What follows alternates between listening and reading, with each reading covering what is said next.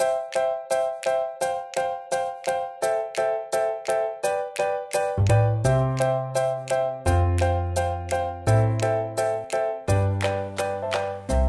are now going to finish our armholes.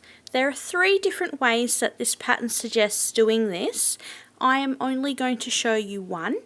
The first one is to serge or overlock this edge here, and if you are overlocking your version of your blouse, just go ahead and do so.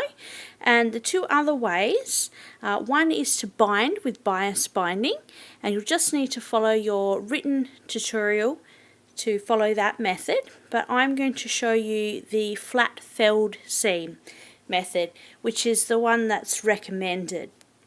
Now first we will need to trim our seam allowance in half on our blouse side only.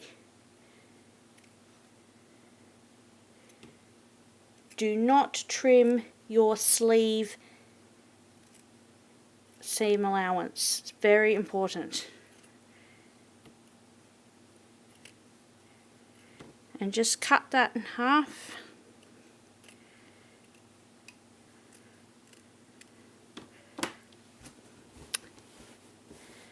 Once you've trimmed that seam allowance on the blouse side in half, now just make little notches or little cuts in that shorter seam allowance, just every ½ inch roughly. Do not cut into your stitching. And this just helps the curve of the blouse here.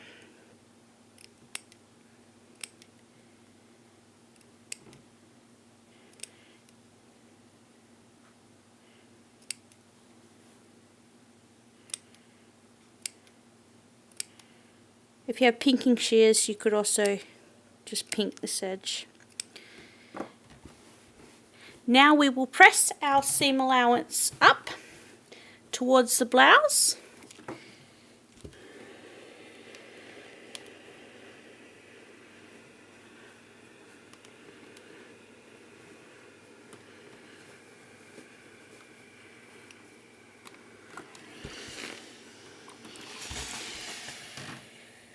Your gathering stitches should still be in.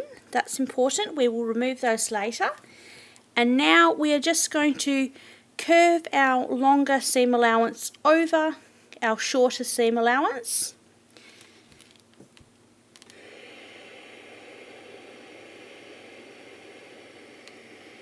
This is the tricky bit.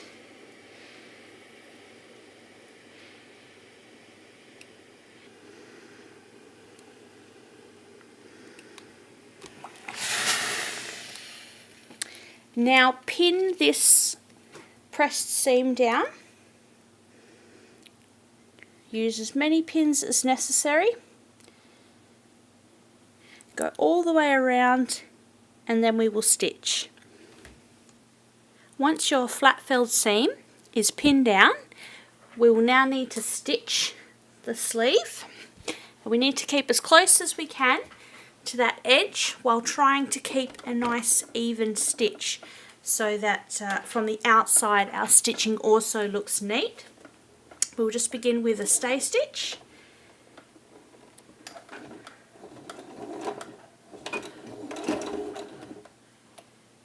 And just go slow.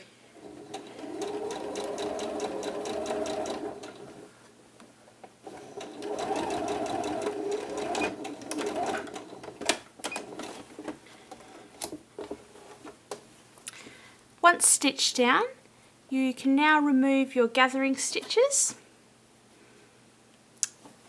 and just give your sleeve a good press. Our next step is to prepare the necktie or collar for our blouse.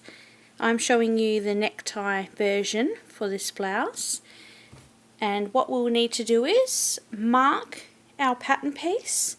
You'll need to find the center. Now, as I had to use 2 pieces for this blouse, I've already got my center marked where I did my stitching, but you'll need to put in your markings for this piece where we will be attaching our collar or necktie to our blouse. Now we will fold our necktie piece so right sides are facing towards each other, so long ways, so it's long and thin, and just press.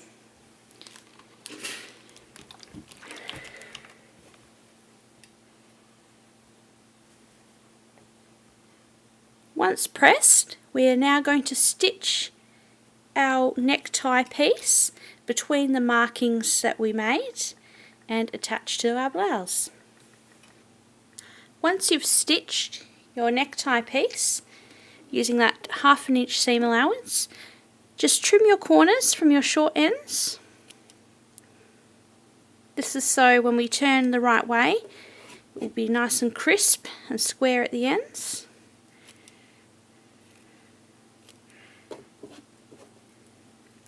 And just take your turning tool and turn the right way round.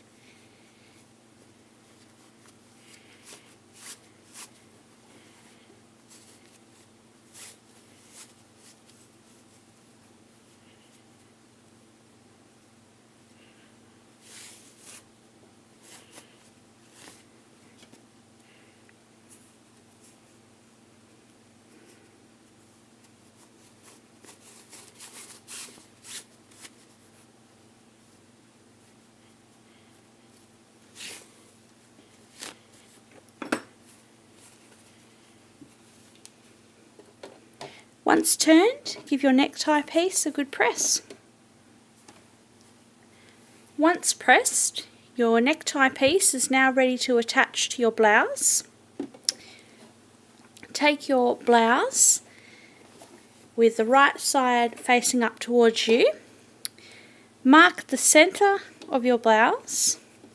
And you can do that just by folding it in half, lining up the shoulder seams, and you can put a pin in. I've already marked mine with a bit of tailor's chalk. Take your necktie piece. Now there shouldn't be any wrong or right side to this piece, so it doesn't really matter which side you apply. And line up using the centre of your necktie piece to the centre of the back of your blouse. But you should be pinning to the right side of the blouse. And just pin all the way around your blouse. Now there should be excess for your gap, and that is correct, as you do not need to ease your necktie onto your blouse. Once pinned, you will now need to sew your necktie onto your blouse, keeping to that 1/2 inch seam allowance.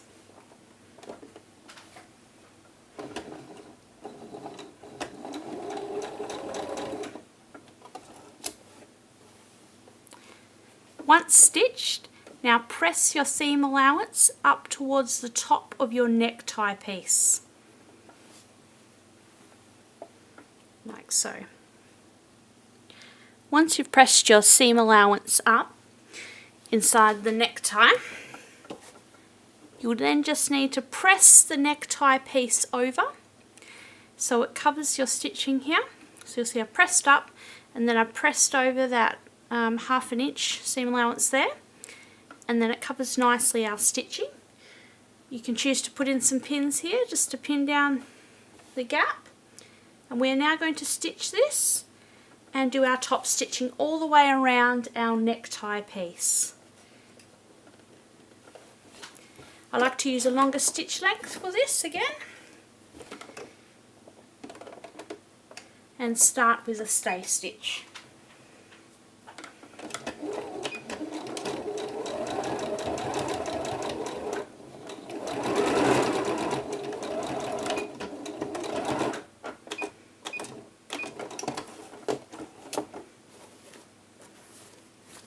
Your collar is now complete.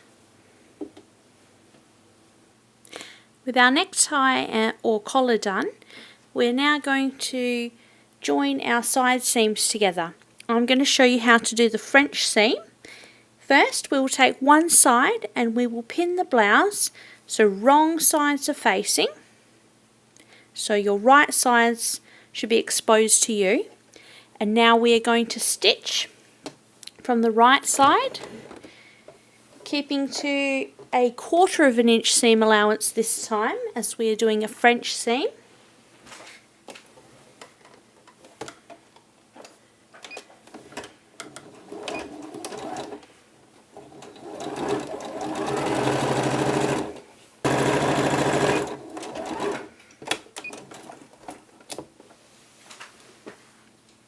Next, you will trim this seam allowance in half and then press. Once you've trimmed that seam allowance in half and pressed, we are now sewing from the wrong side facing us, and we just need to put some pins in our blouse, and we will stitch from this wrong side with the right sides facing, and keep to our 1/4 of an inch seam allowance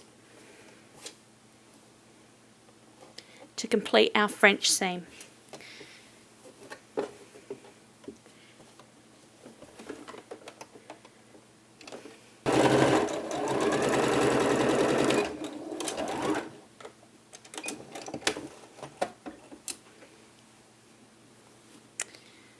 Once stitched, from the outside and the inside, you should have beautiful sealed seams.